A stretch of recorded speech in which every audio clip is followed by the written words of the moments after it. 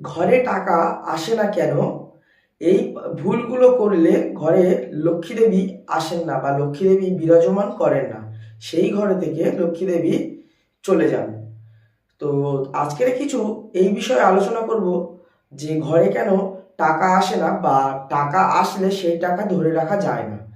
তো প্রধান কিছু কারণ আমি আপনাদের সাথে আজকের তুলে ধরবো এই ভিডিওর মাধ্যমে। ভিডিওটি সম্পূর্ণ দেখতে থাকুন, তাহলে পুরোটি বুঝতে পারবেন কি কারণে আপনার হাতে টাকা থাকে না বা টাকা এসে সেই টাকা খুবই তাড়াতাড়ি খরচ হয়ে যায়।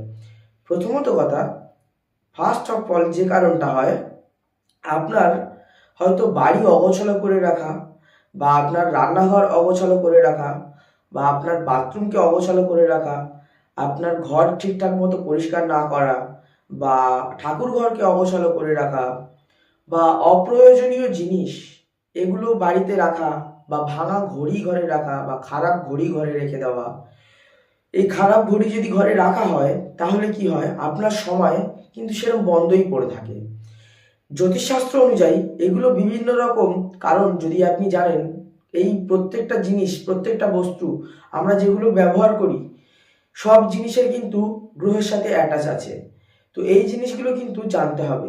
যেমন সদর দৌড় যদি, মানে ঘরের মেন গেট যেটা বলা হয় সদর দরজা, এটাকে যদি অগোছালো অপরিষ্কার যদি করে রাখা হয়, সেই ক্ষেত্রে কিন্তু আপনার বাড়িতে লক্ষ্মী প্রবেশ করতে পারে না, বা লক্ষ্মী আপনার দোরগোড়া থেকে এসে চলে যায়। যেমন ওই আপনি টাকা ইনকাম করছেন কিন্তু আপনার হাতে টাকা থাকছে না, সেরকম আপনার গেট যদি অগোছালো করে রাখেন বা অপরিষ্কার করে থাকেন, নোংরা করে রাখেন, সেই ক্ষেত্রে কি হয়, আপনার হাতে টাকা এসেও আপনি মেহনত করছেন, অনেক পরিশ্রম করছেন, করার পরে সেই টাকা এসে আপনার হাতে থেকে চলে যায়।